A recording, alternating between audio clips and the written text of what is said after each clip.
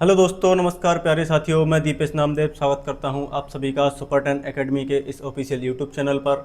आशा करता हूं आप सब लोग एकदम बेहतरीन होंगे, एकदम शानदार होंगे और अपनी पढ़ाई को यूं ही कंटिन्यू कर रहे होंगे। तो आज हम आपके लिए लेकर आए हैं टारगेट एमपी पुलिस के पी बाई क्यू पर आधारित प्रश्न। जो ये पुराने 2023 में हमारा एमपी पुलिस का एग्जाम हुआ था, उसमें जो क्वेश्चन आपके लिए पूछे गए थे, जीके जीएस के क्वेश्चन जो भी थे, हम वहाँ से कलेक्ट करके आपके लिए टॉप 20 क्वेश्चन आज आपके लिए लेकर आए हैं, जो कि आपके लिए बहुत ही महत्वपूर्ण क्वेश्चन रहने वाले हैं। जो कि टोटल जो भी क्वेश्चन है हमारे प्रीवियस ईयर पर आधारित क्वेश्चन हैं हमारे सभी।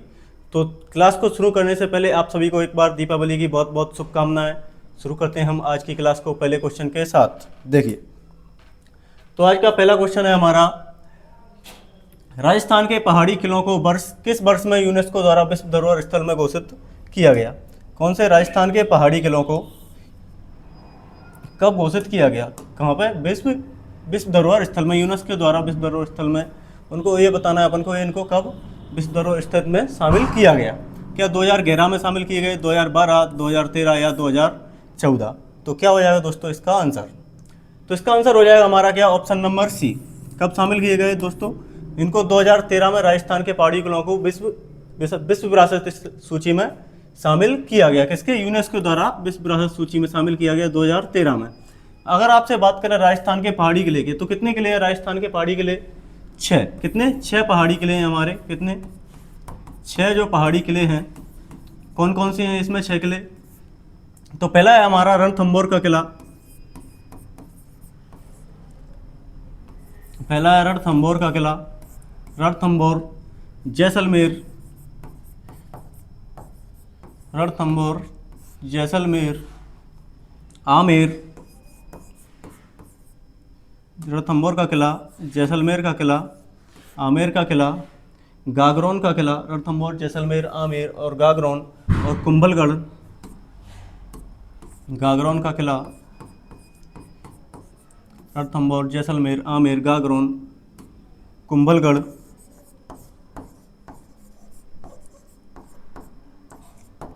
रणथंभौर, जैसलमेर, आमेर, गागरोन, कुंभलगढ़ और चित्तौड़गढ़। कौन कौन से किले हैं? चित्तौड़गढ़।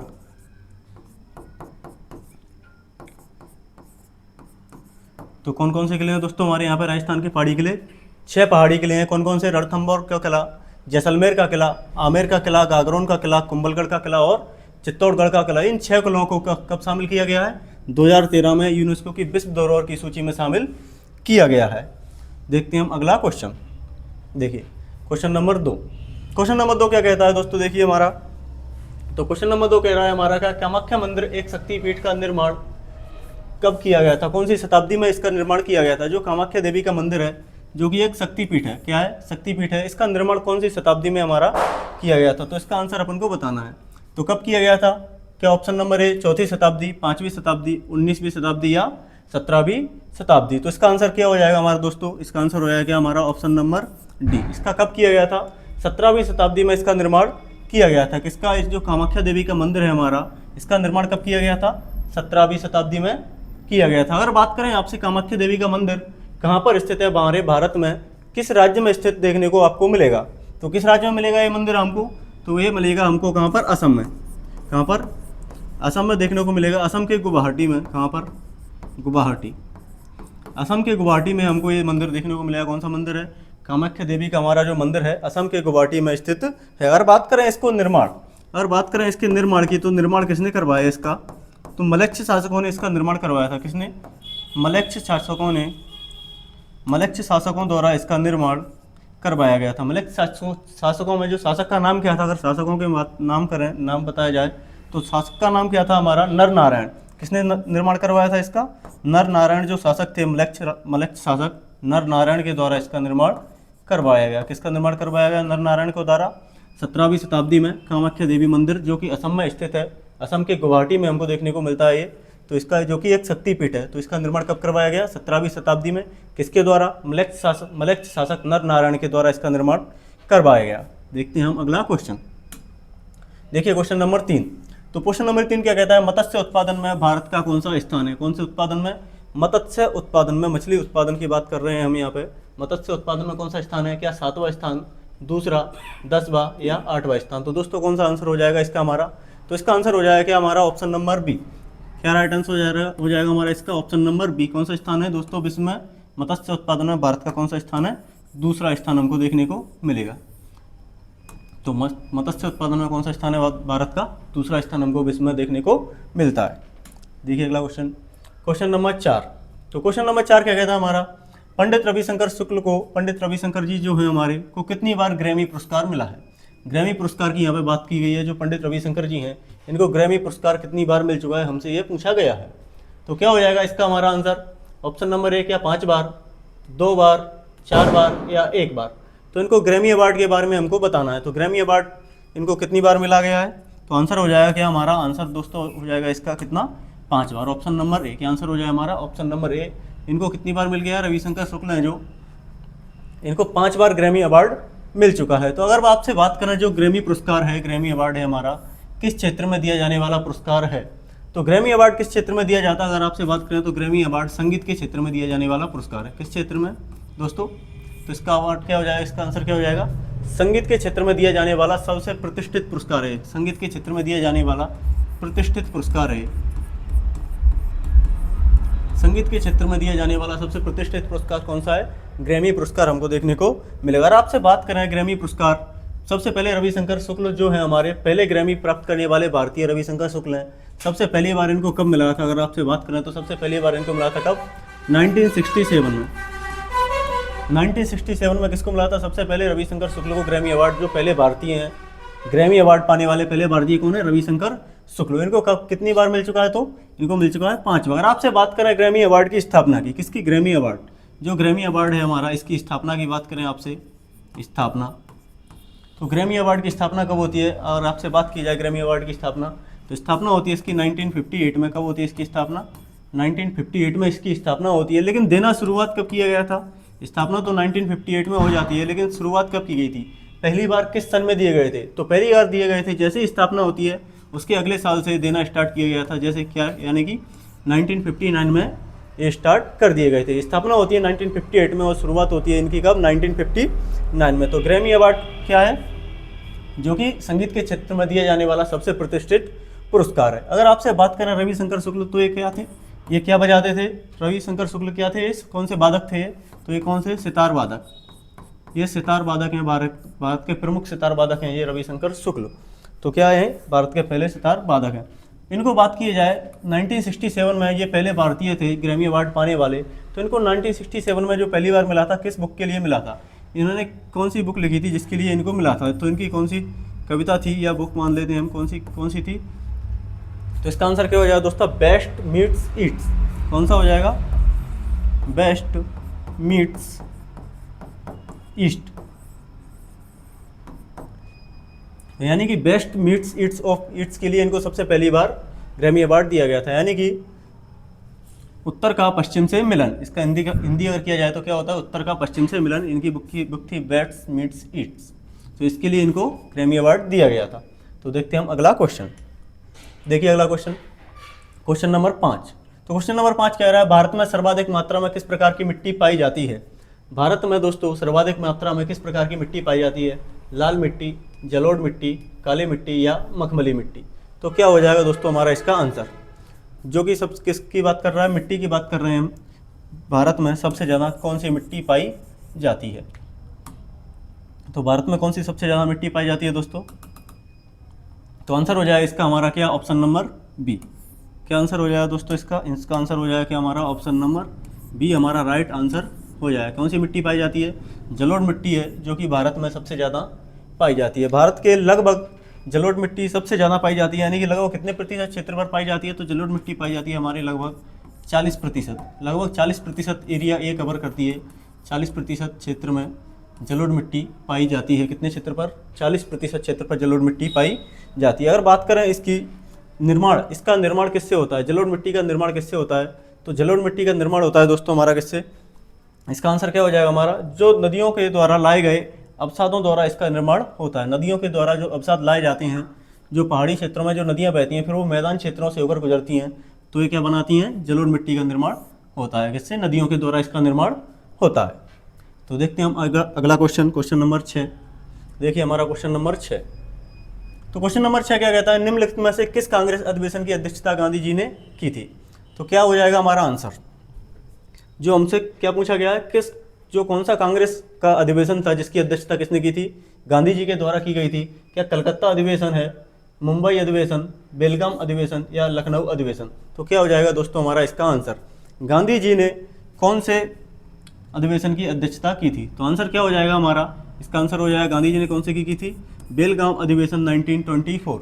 बेलगाम अधिवेशन जो 1924 में हुआ था कांग्रेस का, इसमें किसने अध्यक्षता की थी, गांधी जी ने। हमारे जो गांधी जी थे इन्होंने बेलगाम अधिवेशन की एकमात्र जो अधिवेशन था जिसकी गांधी जी के द्वारा अध्यक्षता की गई थी। और बात करें आपसे जो बेलगाम अधिवेशन था 1924 का, वो कौन से नंबर का कांग्रेस अधिवेशन था। बात करें आपसे तो कौन से नंबर का कांग्रेस अधिवेशन था ये था हमारा कौन सा, 39वां। कौन से नंबर का था, 39वें नंबर का कांग्रेस का ये अधिवेशन था। और बात करें आपसे कांग्रेस के पहले अधिवेशन की, पहला अधिवेशन कब हुआ था। बात करें आपसे कांग्रेस का पहला अधिवेशन कब हुआ था, तो पहला अधिवेशन हुआ था हमारा का सन 1885 में, जहाँ पर कांग्रेस की स्थापना होती है 1885 में।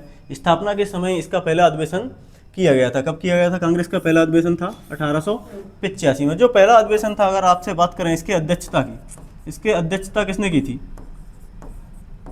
तो इसकी अध्यक्षता किसने की थी दोस्तों, जो पहला अधिवेशन था हमारा कांग्रेस का पहला अधिवेशन, तो इसकी अध्यक्षता किसने की थी, व्योमेश चंद्र बनर्जी ने। किसने की थी, व्योमेश चंद्र बनर्जी ने। किसने की थी दोस्तों, व्योमेश चंद्र बनर्जी के द्वारा कांग्रेस के पहले अधिवेशन की अध्यक्षता की गई थी, जो कब हुआ था 1885 में। और जो जिस अधिवेशन की गांधी जी के द्वारा अध्यक्षता की गई वो कौन सा था दोस्तों, तो वो हो जाएगा क्या हमारा 39वां हमारा अधिवेशन था। कौन सा था, 39वां बेलगांव अधिवेशन 1924। और आपसे बात करें कि बेलगांव की, तो बेलगांव कहाँ पर स्थित है, तो बेलगांव कहाँ पर स्थित हो जाएगा दोस्तों, तो इसका आंसर क्या हो जाएगा हमारा, बेलगांव जो स्थित है कर्नाटक में स्थित है। कहाँ पर स्थित है, कर्नाटक में। कहाँ पर स्थित है, कर्नाटक में स्थित है, कर्नाटक में यह स्थित है। तो क्या आंसर हो जाएगा हमारा ऑप्शन नंबर सी। देखते हैं हम आज का अगला क्वेश्चन, क्वेश्चन नंबर 7। तो क्वेश्चन नंबर 7 क्या कहता है हमारा दोस्तों, जीएसटी किस प्रकार का कर है।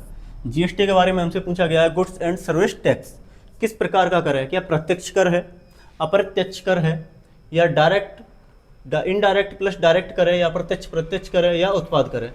तो दोस्तों कैसा कर है ये हमारा, कौन सा, जीएसटी, गुड्स एंड जो सर्विस टैक्स है हमारा किस प्रकार का कर है। तो क्या हो जाएगा इसका आंसर, तो कैसा कर है दोस्तों, ये अप्रत्यक्ष। कौन सा आंसर हो जाएगा हमारा, ऑप्शन नंबर ए।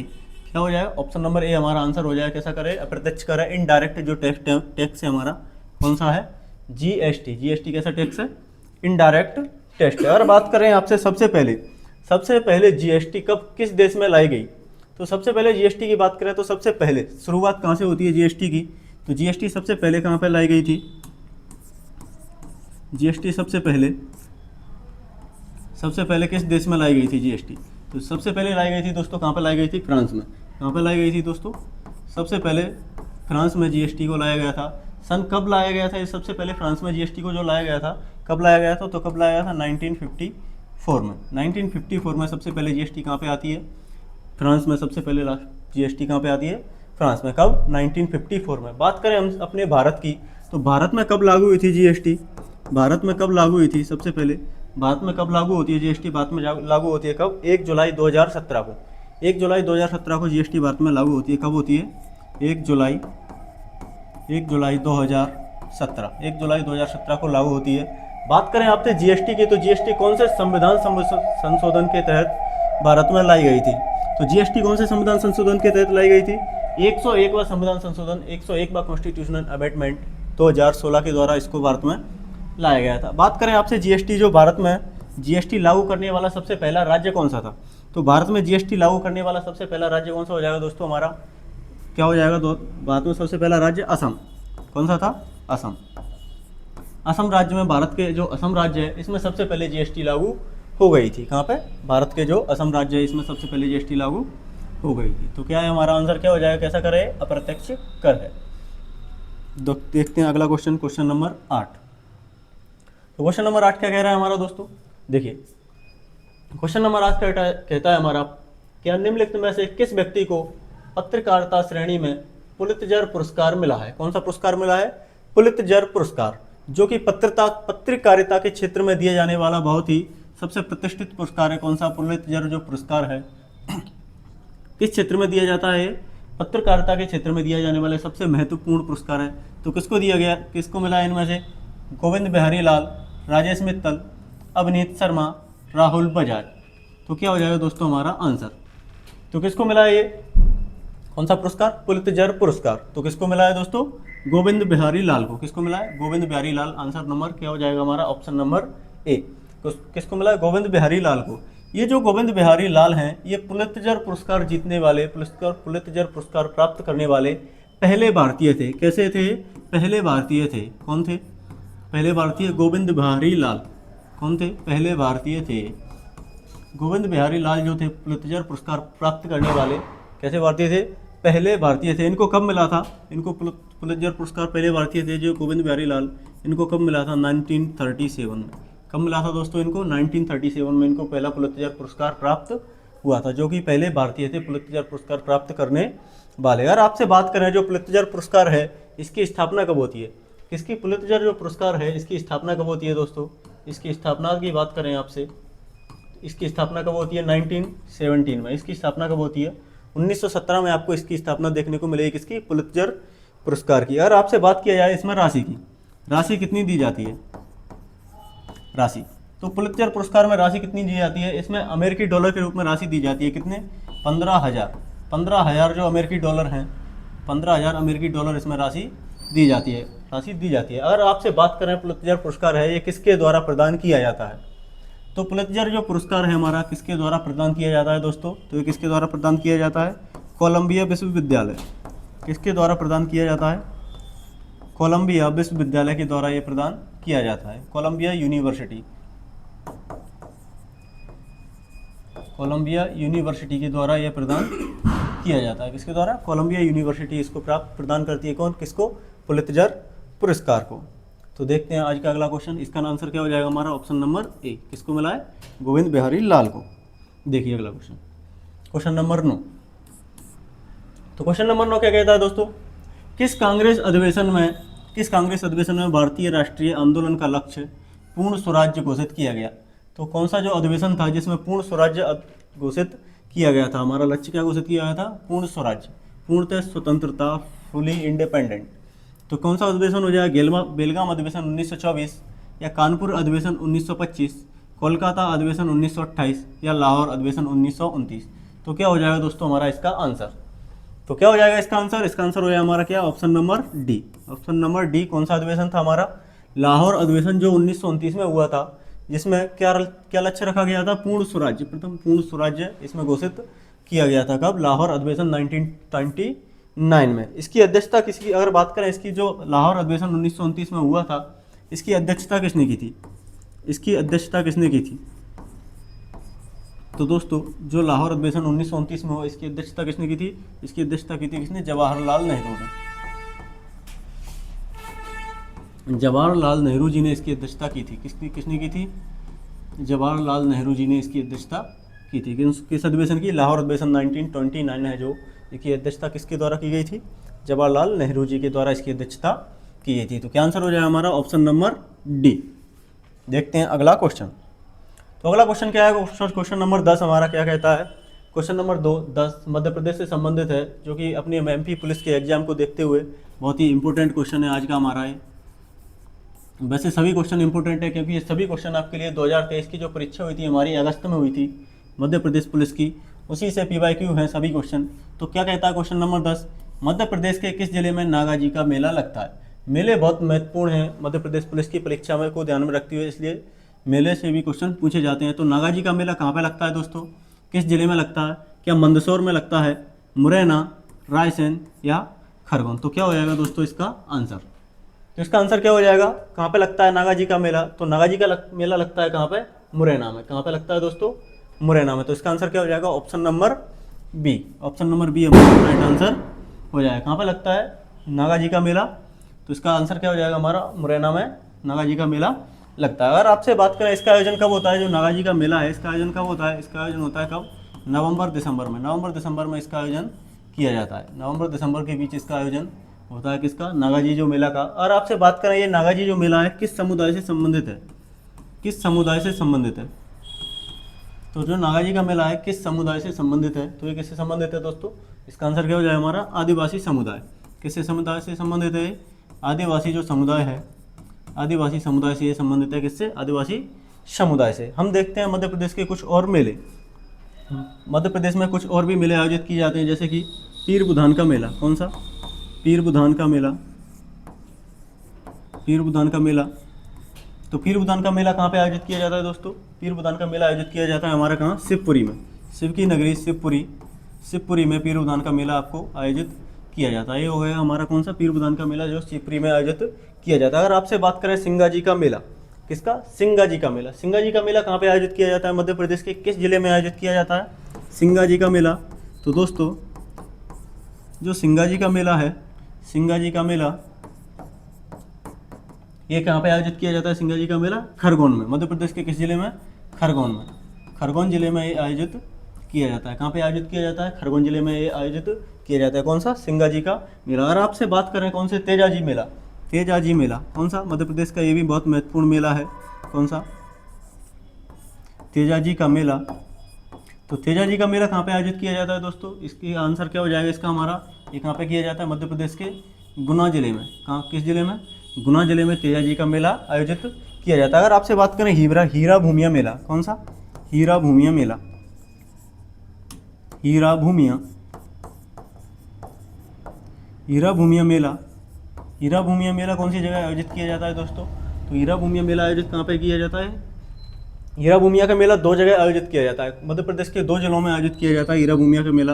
कौन कौन से जिले हैं वो दो जिले हमारे, तो एक तो ग्वालियर में आयोजित होता है हमारे, किसमें, ग्वालियर शहर में, एक तो ग्वालियर में आयोजित होता है, दूसरा कहाँ पे होता है, ये गुना में। तो तेजाजी का मेला जो हीरा भूमिया का मेला है कहाँ आयोजित होता है, ये ग्वालियर में भी आयोजित किया जाता है और गुना में भी आयोजित किया जाता है। और गुना में एक और कौन सा मेला है, तेजाजी का मेला। तेजाजी का मेला आपको कहाँ मिलेगा, गुना में देखने को मिलेगा। हीरा भूमिया मेला, हीरा भूमिया भी आपको गुना में देखने को मिलेगा और साथ ही ये ग्वालियर में भी देखने को मिलेगा। और आपसे बात करें महामृत्युंजय मेला। कौन सा, महामृत्युंजय मेला दोस्तों, महामृत्युंजय, महामृत्युंजय मेला। कौन सा, महामृत्युंजय मेला। तो महामृत्युंजय मेला कहाँ पे देखने को मिलेगा आपको, रीवा में, मध्य प्रदेश के किस जिले में, रीवा जिले में आपको महामृत्युंजय का मेला देखने को मिलेगा। तो ये जो भी सभी मेले हैं ये बहुत ही मध्य प्रदेश को ध्यान में रखती है, बहुत ही इंपॉर्टेंट मेले हैं। कौन कौन से, एक तो नागाजी का मेला है जो कि हमारे मुरैना में आयोजित किया जाता है, पीर बुधान का मेला शिवपुरी में आयोजित किया जाता है, और सिंगाजी का जो मेला है वो खरगोन में आयोजित किया जाता है, तेजाजी का मेला गुना में आयोजित किया जाता है, हीरा भूमिया मेला गुना और ग्वालियर दोनों ही शहर में आयोजित किया जाता है, और महामृत्युंजय जो मेला है वो कहाँ पे आयोजित किया जाता है, रीवा में। कहाँ पे, रीवा में। तो देखते हैं हम अगला क्वेश्चन, देखिए क्वेश्चन नंबर 11। तो क्वेश्चन नंबर 11 क्या कहता है, विश्व के 60% लोग किन देशों में रहते हैं, विश्व में जो विश्व के जो सभी कितनी लगभग 7.5-8 अरब के लगभग जो आबादी है उनमें से 60% जो लोग हैं, लगभग जो 60% लोग हैं वो कितने देशों में रहते हैं। तो क्या 12 देशों में, 8 देशों में, 10 देशों में या 15 देशों में, यानी कि जो विश्व की 60% आबादी है वो कितने देशों में निवास करती है। तो इसका आंसर क्या हो जाएगा हमारा दोस्तों, इसका आंसर हो जाएगा हमारा ऑप्शन नंबर सी, कितने देशों में, 60% आबादी 10 देशों में निवास करती है, जिसमें से भारत और चीन सबसे ज़्यादा किसमें है, भारत और चीन सबसे पहले नंबर पर। 2011 के आंकड़ों के अनुसार तो चीन था, लेकिन वर्तमान में क्या है, भारत सबसे पहले नंबर पर है, चीन दूसरे नंबर पर है। तो इसका आंसर क्या हो जाएगा हमारा ऑप्शन नंबर सी, जो 60% लोग हैं, कितने, 60% लोग कितने, 10 देशों में निवास करते हैं। विश्व की कुल जनसंख्या का 60% लोग 10 देशों में निवास करते हैं। देखते हैं अगला क्वेश्चन, देखिए अगला क्वेश्चन, क्वेश्चन नंबर 12 हमारा क्या कहता है। क्वेश्चन नंबर 12 देखते हैं, दौलतराव सिंधिया ने ग्वालियर को राजधानी के रूप में किस वर्ष स्थापित किया था, किसके द्वारा, दौलतराव जो सिंधिया थे हमारे सिंधिया वंश के बहुत ही महत्वपूर्ण शासक थे सिंधिया वंश के, तो उन्होंने ग्वालियर को राजधानी के रूप में किस वर्ष स्थापित किया था। दौलतराव जो सिंधिया थे इन्होंने क्या, ग्वालियर को तो किस वर्ष स्थापित किया था, 1810, 1821, 1833 या 1842। तो क्या हो जाएगा दोस्तों हमारा इसका आंसर, तो दौलतराव सिंधिया ने कब स्थापित किया था राजधानी को, ऑप्शन नंबर ए, आंसर क्या हो जाएगा हमारा ऑप्शन नंबर ए, 1810 में। कहाँ पर किया गया था, ग्वालियर में। ग्वालियर को राजधानी के रूप में कब स्थापित किया गया था, 1810 में। और आपसे बात करें जो दौलतराव सिंधिया थे हमारे, जो सिंधिया वंश के शासक थे, सिंधिया वंश की राजधानी ग्वालियर जो जिन्होंने 1810 में स्थापित की थी, तो 1810 में तो इन्होंने ग्वालियर स्थापित कर ली, लेकिन ग्वालियर से पहले इनकी राजधानी कहाँ पे देखने को मिलती थी आपको? इन्होंने जो ट्रांसफ़र किया था इस राजधानी का ग्वालियर, तो कहाँ से किया था इन्होंने? तो इनसे पहले जो ग्वालियर से पहले राजधानी थी इनकी कहाँ पे थी? उज्जैन। कहाँ पे थी? उज्जैन राजधानी थी इनकी। कहाँ पे? उज्जैन। जो सिंधिया वंश थे इनकी ग्वालियर से पहले राजधानी कहाँ पे थी दोस्तों? उज्जैन में थी। उज्जैन से 1810 में किसने? दौलत राव सिंधिया ने कहाँ पे स्थानांतरित की थी राजधानी? ग्वालियर जिले में स्थानांतरित की थी। अगर आपसे बात करें दौलत राव सिंधिया की पत्नी का नाम क्या था, ये बहुत ही महत्वपूर्ण क्वेश्चन है जो कि आपसे कई एग्जामों में पूछा गया है। दौलत राव सिंधिया की पत्नी जी का नाम, तो पत्नी का नाम क्या था? इनकी पत्नी का नाम था, क्या था? बैजाबाई। क्या था? बैजाबाई। बैजाबाई क्या नाम था दौलत राव सिंधिया की पत्नी का नाम? बैजाबाई था। तो क्या हो जाएगा आंसर हमारा? 1810। तो पहले कहाँ पे थी? उज्जैन में, उसके बाद कहाँ पे ट्रांसफ़र की गई? ग्वालियर में। देखते हैं आज का अगला क्वेश्चन। तो क्वेश्चन नंबर 13, देखिए क्वेश्चन नंबर 13 क्या कहता है? निम्नलिखित में से मध्य प्रदेश का कौन सा जिला हीरे के लिए जाना जाता है? तो हीरे के लिए कौन सा जिला जाना जाता है हमारा? क्या पन्ना, टीकमगढ़, छतरपुर, सीधी? तो क्या हो जाएगा इसका हमारा आंसर? तो हीरे के लिए जाना जाने वाला जिला कौन सा है हमारा? Option number A. कौन सा जिला जाना जाता है? मध्य प्रदेश का पन्ना जिला, जिसमें हीरे की खदानें हैं। कहाँ पे? मध्य प्रदेश के पन्ना जिले में आपको हीरे की खदानें देखने को मिलेंगी। कहाँ पे मिलेंगी? पन्ना जिले में। मध्य प्रदेश के किस जिले में? पन्ना जिले में। तो पन्ना जिले को क्या कहा जाता है? अगर आपसे बात करें पन्ना जिले की, यहाँ पे हीरे की खदानें हैं, तो इसको क्या कहा जाता है? City of diamond. क्या कहा जाता है दोस्तों इसको? City of diamond.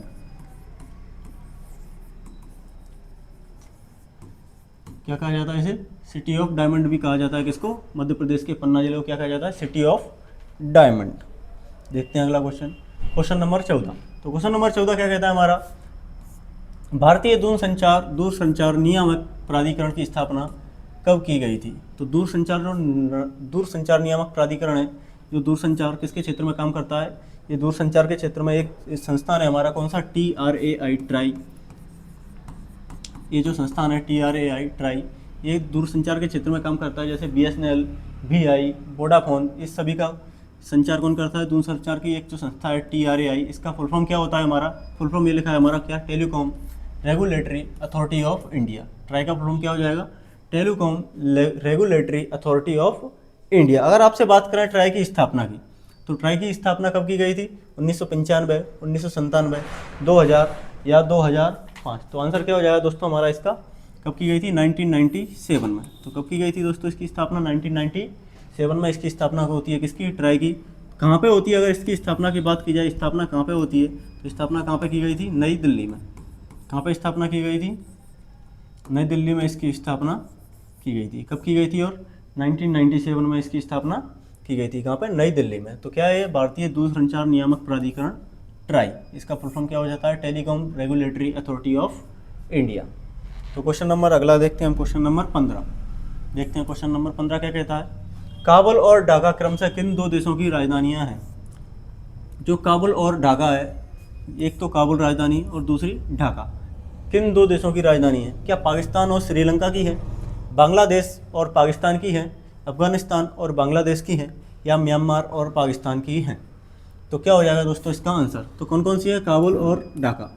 काबुल राजधानी कहाँ की है? तो काबुल राजधानी किस देश की है? अफगानिस्तान की राजधानी है क्या? काबुल।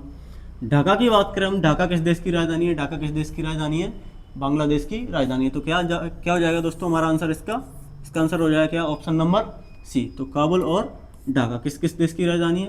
काबुल है हमारे अफगानिस्तान की, और ढाका कहाँ की है? बांग्लादेश की। अगर आपसे बात करें इसमें क्या दिया एक और, अब उनको पाकिस्तान की क्या है राजधानी? आपको पता ही होगा, इस्लामाबाद। पाकिस्तान की राजधानी क्या है? इस्लामाबाद। और श्रीलंका की राजधानी क्या है? तो श्रीलंका की राजधानी क्या है? जयवर्धनेपुरा कोटे। क्या है? जयवर्धनेपुरा कोटे, जो कहाँ की राजधानी है? श्रीलंका की राजधानी है। श्रीलंका की बात करें आपसे म्यांमार की राजधानी क्या है? नायपीटा। क्या है म्यांमार की राजधानी? नायपीटा इसकी राजधानी है क्या की? म्यांमार की। तो क्या क्या हो जाएगा इसका आंसर? क्या हो जाएगा हमारा? Option number C. देखते हैं हम आज का अगला क्वेश्चन नंबर 16। क्वेश्चन नंबर 16 क्या कहता है? देखिए तो दोस्तों क्वेश्चन नंबर 16 क्या कहता है? भोपाल का कमलापति जो महल है, जो भोपाल में है, किस वर्ष बनाया गया?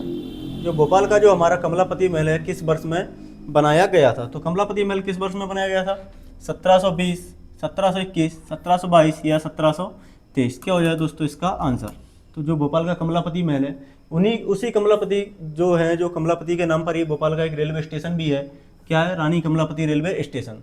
तो कमलापति महल किस वर्ष बनाया गया था दोस्तों? इसका आंसर क्या हो जाएगा?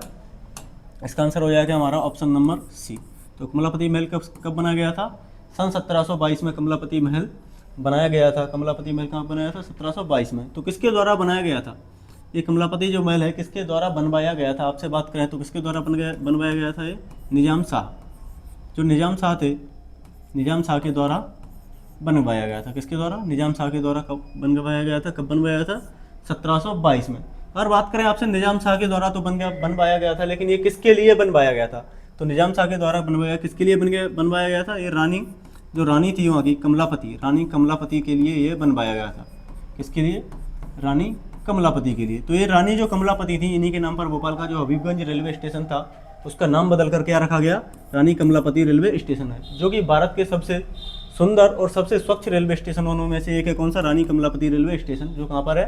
भोपाल के अंदर आपको देखने को मिलेगा। तो इसका आंसर क्या हो जाएगा हमारा? 1722, ऑप्शन नंबर सी। देखिए आज का अगला क्वेश्चन, क्वेश्चन नंबर 17।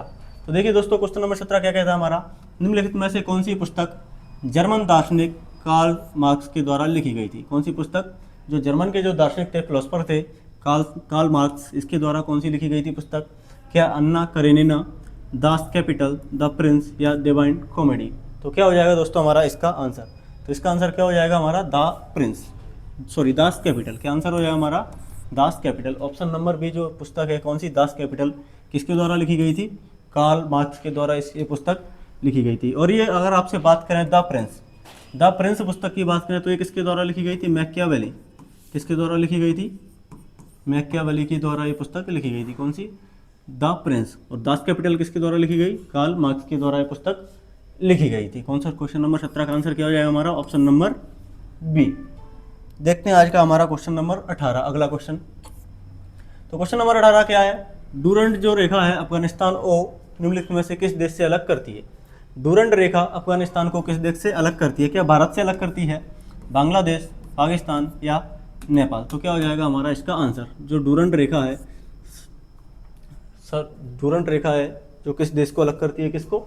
अफगानिस्तान की। किस देश से सीमा है? अफगानिस्तान को किस देश से अलग करती है डूरंड रेखा? तो इसका आंसर क्या हो जाएगा? इसका आंसर हो जाएगा हमारा ऑप्शन नंबर सी। क्या हो जाएगा? Option number C. किस देश को अलग करती है पाकिस्तान को? किससे? अफगानिस्तान से। अफगानिस्तान से किस देश को अलग करती है?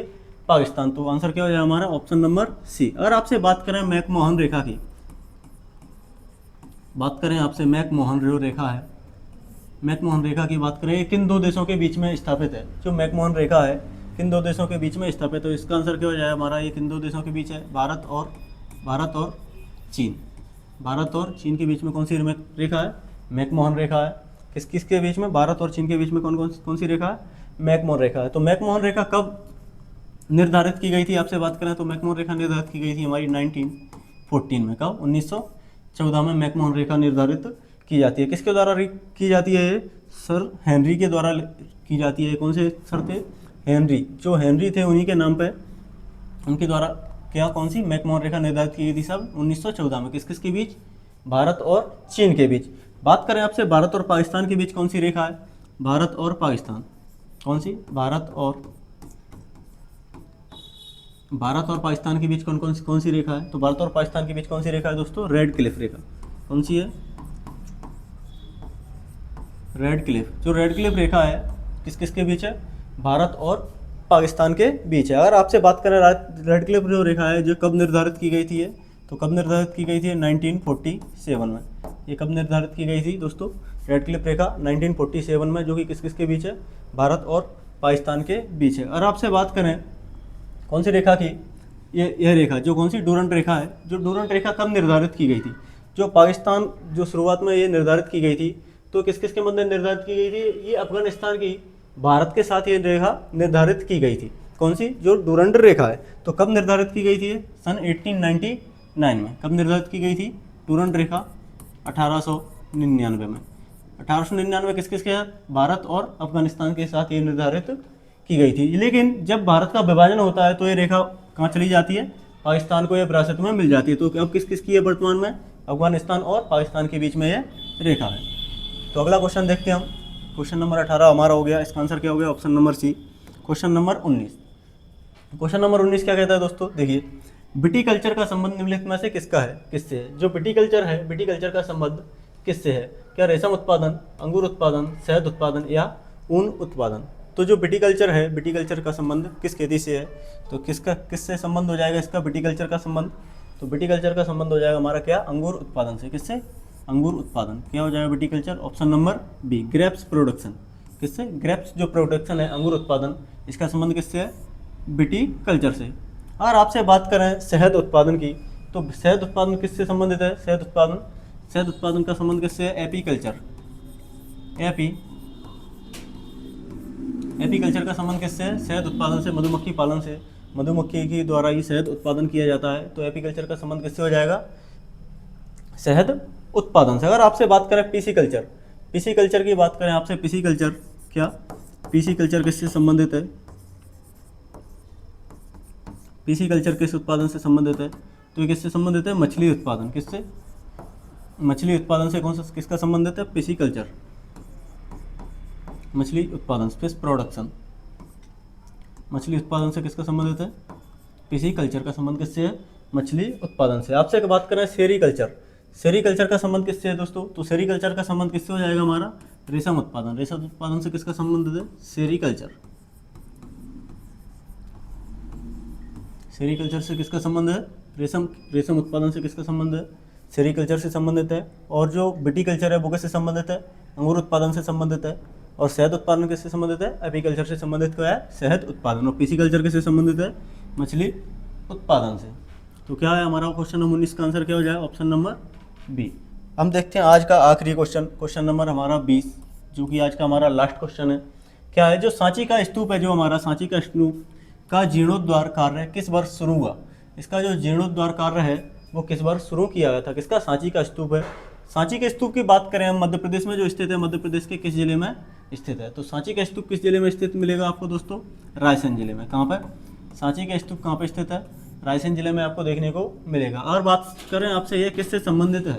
जो सांची का स्तूप है हमारा किससे संबंधित है? तो ये किससे संबंधित है? बौद्ध से संबंध है इनका। इसका संबंध किससे है? बौद्ध से इसका संबंध है। किसका?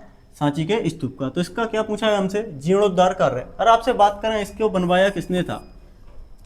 किसने बनवाया था इसको, सांची के स्तूप को? तो किसने बनवाया था? जो एक शासक थे, किसने? अशोक। किसने बनवाया था? The great Ashoka. किसने बनाया था? अशोक जो शासक थे उन्होंने इसको बनवाया था। तो क्या हो जाएगा इसका आंसर? 1818, 1869, 1854 या 1881। तो क्या हो जाएगा हमारा आंसर इसका? 1881। तो जीर्णोद्धार कब हुआ था इसका? किस वर्ष शुरू हुआ था? सन 1881 में इसका जीर्णोद्धार कार्य शुरू किया गया था। और आपसे बात करें, ये जीर्णोद्धार कार्य है जो किसके द्वारा शुरू किया गया था? ये किसने शुरू किया था जीर्णोद्धार कार्य? तो ये किसने किया गया था? Sir John Marshall. किसके द्वारा शुरू किया गया था? सर जॉन मार्शल के द्वारा ये शुरू करवाया गया था। किसके द्वारा? सर जॉन मार्शल के द्वारा ये शुरू करवाया गया था। किसका? सांची के स्तूप का जीर्णोद्धार का कार्य। और आपसे बात करें, जो सांची का स्तूप है हमारा, यह भारत के जो सांची का स्तूप है प्रमुख, यह यूनेस्को की विश्व धरोहर की सूची में कब शामिल किया गया था? वर्ल्ड हेरिटेज में ये कब शामिल किया गया था सांची का स्तूप? तो ये कब शामिल किया गया था यूनेस्को की विश्व धरोहर की सूची में? तो कब शामिल किया गया था? 1989 में। कब शामिल किया गया था दोस्तों? 1989 में। 1989 में यह यूनेस्को की विश्व धरोहर सूची में शामिल होता है। कब? 1989 में।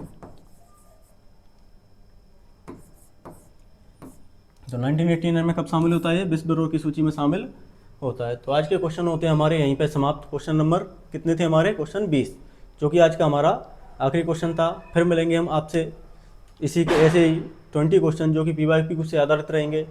हमने अभी तक 5 क्लास करंट अफेयर्स की कर चुके हैं। ये क्लास हमारी थी जो कि किससे? PYQ से। सभी क्वेश्चन इंपॉर्टेंट थे हमारे। PYQ जो 2023 में हमारा एग्जाम हुआ था उससे संबंधित थे। सभी क्वेश्चन हमारे पहले MP प्लस के एग्जाम में जो पूछे गए थे। तो अगर आपको ऐसे ही क्वेश्चन की नीड है और ऐसे ही वीडियो अगर पाना चाहते हैं ऐसे ही क्लास, तो वीडियो को लाइक करें, कमेंट करें, शेयर करें और चैनल को सब्सक्राइब करें। तो फिर मिलेंगे हम अगली वीडियो के साथ। जय हिंद। तब तक के लिए जय हिंद, जय भारत, नमस्कार।